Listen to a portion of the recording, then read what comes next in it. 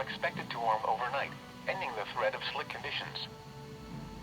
A special weather statement for the following counties in Ohio: Ashtabula Inland, Ashtabula Lakeshore, Cuyahoga, Erie, Geauga, Holmes, Huron, Lake, Lorraine, Mahoning, Medina, Portage, Stark, Summit, Trumbull, and Wayne. That is me.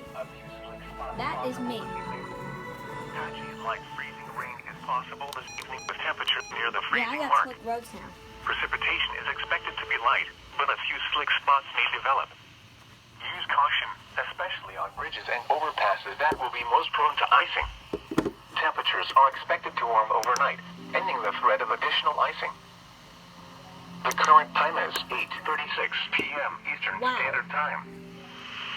This is NOAA Weather Radio KDO 94 originating from the National Weather Service Forecast Office in Cleveland. We supply the latest available information for Northeast Inland Ohio over KDO 94 from Akron on a frequency of 162.400 megahertz. Alright.